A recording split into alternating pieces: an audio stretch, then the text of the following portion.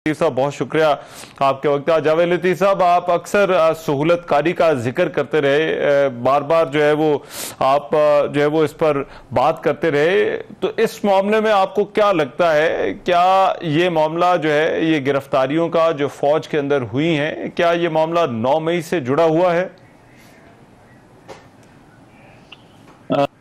शुक्रिया रहमान नजर साहब। गुजारिश इतनी है, काश जब मैं बात करता था कि सहूलत कारी इसको आज भी मैसर है वो 18 माह की हुकूमत में, तो उस वक्त इसको कुछ संजीदा लेता, 9-10 महीना होता और अगर जी। इसको संजीदा ले लिया जाता तो आज की जो सूरत हाल है, खाली 9-10 मई नहीं है, 2022 नहीं है जब रैली लॉन्ग मार्च का नाम पे जे ऊपर उस वक्त भी हमला करना था और एक अपॉइंटमेंट को रोकना था और किसी और के लिए राह हमवार करना था। ये एक ऐसी साजिश और ऐसी बगावत थी जिसको उस वक्त कुचला जाना जाना चाहिए था, मगर किसी मसलत के तहत या किसी दबाव के तहत अगर उस वक्त नहीं किया गया और आज अगर वो गिरफ्तारियां हो रही हैं या की गई है, तो मेरी तो आज भी गुजारिश होगी वक्त की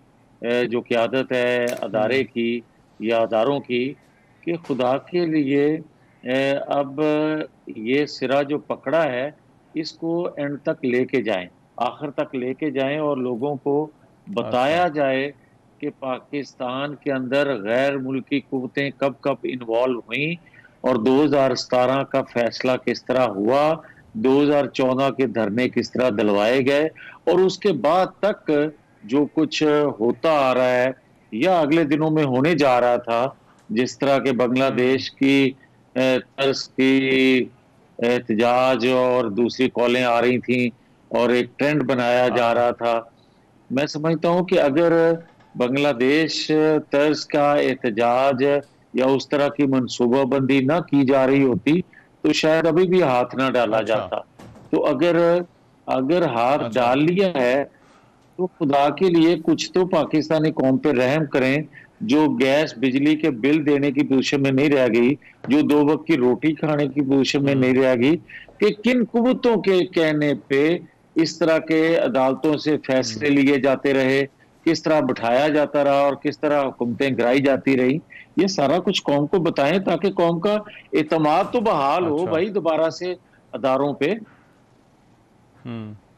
अच्छा, लेकिन आप ये कह रहे हैं कि जो मंसूबाबंदी थी वो अभी तक जारी थी और ये जो अभी कार्रवाइयां हुई हैं, ये अभी कोई मंसूबाबंदी हो रही थी उससे जुड़ी हुई हैं, ऐसा क्यों आप कह रहे हैं? देखिए रहमान रहमान बात यह है कि सहूलतकारी कोई इसका जिक्र करता है कोई नहीं करता, इल्म हम्म। सबके है, तमाम पॉलिटिकल वर्कर के जहनों में है।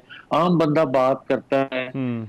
कि भाई अब ये प्लानिंग हो रही है, ये करने वाले हैं, तो हमारी इंटेलिजेंस अच्छा। अदारे जो हैं या हमारा इंटेलिजेंस नेटवर्क जो है वो इतना कमजोर है कि हम पता ही नहीं कर सकते। और हमारे अंदर आज भी कह रहा हूँ कि अदारे के अंदर, हम्म। अदारों के अंदर बल्कि ऐसे लोग मौजूद हैं जी। जो उसको सहूलतकारी दे रहे हैं।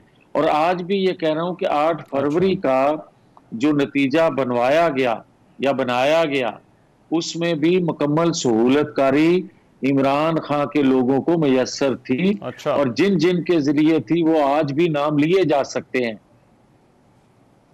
अच्छा।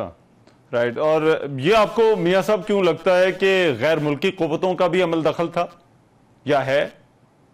देखें देखें अमल दखल था है, उसकी वजह यह है कि आप अमेरिकन कांग्रेस में जो एक किस्म का यूनानिमसली एक करारदाद मंजूर होती है, ये कभी हम्म। जुल्फकार भुट्टो या नवाज शरीफ के लिए तो नहीं हुई। आज जो इंसानी हकूक उनको याद आ रहे हैं, ये गजा में तो नहीं याद आए। और आज जो जमहूरियत उनको सता हम्म। रही है, ये जब मार्शल लॉ लगते हैं पाकिस्तान के अंदर उस वक्त तो उनको जमहूरियत याद नहीं आती।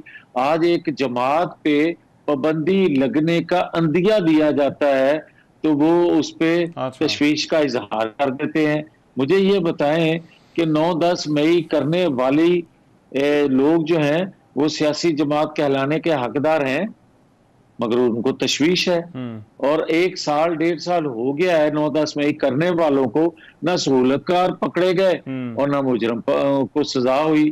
तो ये सारी चीजें जो हैं इतनी सादा नहीं है कि कोई कह दे कि जनाब हाउसिंग सोसाइटी में करप्शन हुई, या एक हाउसिंग सोसाइटी के नाम पे जो सुप्रीम कोर्ट ने एक्शन लिया उस पे ये गिरफ्तारियां हो रही हैं, या जो नेटवर्क इमरान खान का जेल के अंदर पकड़ा गया उस पे जो है इन्वेस्टिगेट चीजों को किया जा रहा है। बिल्कुल नहीं है।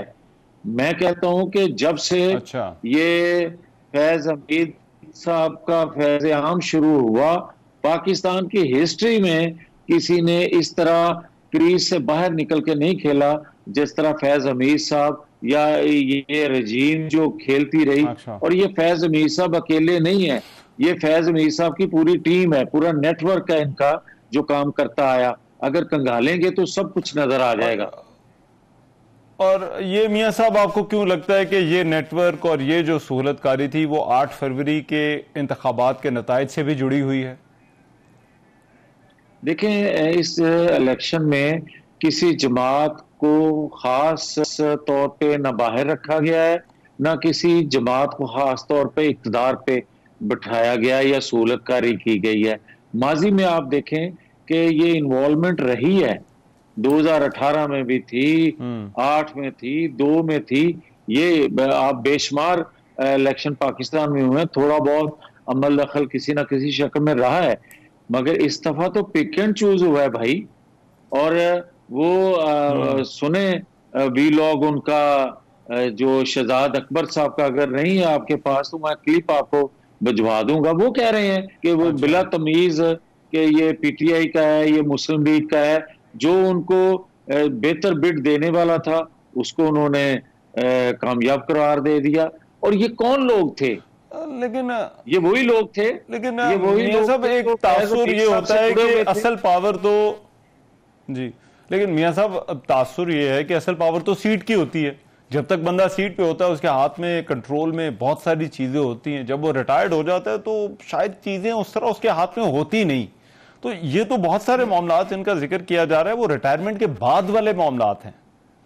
नहीं, आप जो बात कह रहे हैं ना, रिटायरमेंट से पहले के भी बेशुमार मामलात हैं। 2022 उनकी रिटायरमेंट से पहले की है बात, और जो उसके बाद 9-10 मई की आप बात करते हैं या आपकी बात कर रहे हैं, तो बहुत से लोग होते हैं जो रिटायर होने के बाद इन चीजों को हाथ नहीं लगाते या तवज्जो नहीं देते। मगर साकिब निसार और फैज साहब मुकम्मल तौर पे आज भी एक्टिव हैं उसी तरह। अच्छा, और ये अब एक्सटेंशन वाला मामला जो है वो, इस पर पार्टी के अंदर हमें 2 लाइनें नजर आ रही हैं। एक तो वो है जो मलिक अहमद खान साहब जिक्र करते हैं, दूसरा वो जो ख्वाजा साहब जिक्र करते हैं। ख्वाजा आसिफ साहब कह रहे हैं कि जनरल बाजवा एक्सटेंशन चाहते हैं।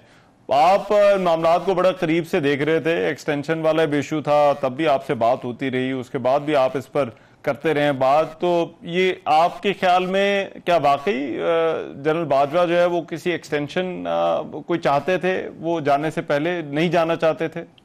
देखिए रहमान, जहां तक इंफॉर्मेशन है वो तो ख्वाजा आसिफ साहब या मलिक मोहम्मद खान ये दे सकते हैं, मगर मैंने जो एनालिसिस किया है या जो मुझे चीजें नजर आई हैं, और ख़ास तौर पर एक्सटेंशन से आज तक जो हो रहा है, मैं नहीं समझता कि इतना पवित्र या इतने सादा या इतने बड़े हदूदों की यूद में रहने वाले जनरल बाजवा साहब हैं जो कह रहे हैं ख्वाजा आसिफ साहब। मुझे उसमें ज्यादा सच्चाई नजर आ रही है, और मैं ये समझता हूँ कि जनरल बाजवा साहब हों या जनरल फैज साहब हों, ये जो ऑफर करवाते थे मुस्लिम लीग को या किसी और को जो ऑफर देते थे या उनके लिए काम करते थे, किस हैसियत में बात करते थे, इनसे बड़ा सबूत और क्या हो सकता है कि अगर वो ऑफर करते रहे हैं तो यही सबूत काफी है उनके खिलाफ कार्रवाई करने के लिए। ठीक है, बहुत शुक्रिया। मियां जावेद लतीफ़ साहब साथ मौजूद थे और बात कर रहे थे। ये जो मामला है फौजी अफसरान और इस पर हुकूमत ने जो आज अपना मौक़िफ़ दिया है। प्रोग्राम में अभी एक ब्रेक शामिल करते वापस आते हैं इस ब्रेक के बाद।